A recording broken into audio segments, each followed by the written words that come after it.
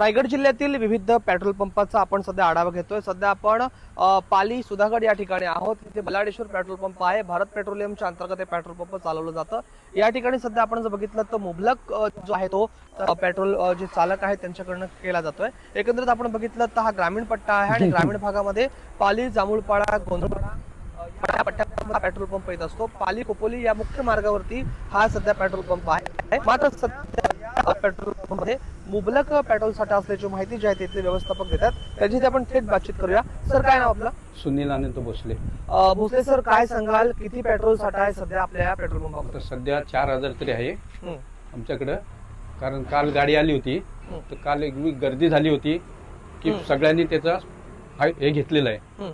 सगळे भरून गेले। एकंदरीत आपण जर बघितलं तर कुठल्या कुठल्या ग्रामीण भागातले लोक या ठिकाणी पेट्रोल टाकण्यासाठी, डिझेल टाकण्यासाठी येत असतात? इथं आसपासचे रासळ, पाली, कुरावला, परत इकडं राबगाव, उद्दर, कुंभारशेत या पट्ट्यातले लोक सगळे। हा ग्रामीण पट्टा आहे आणि या ग्रामीण भागातले लोक जे आहेत ते पेट्रोल डिझेल भरण्यासाठी या पेट्रोल पंपावरती येत असतात।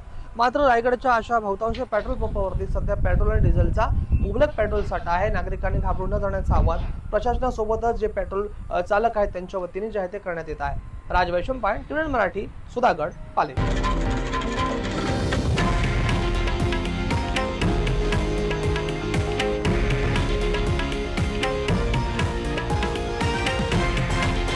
हे आहे देशातील नंबर 1 न्यूज नेटवर्क आणि आपण पाहत आहात TV9 मराठी, एकमेव।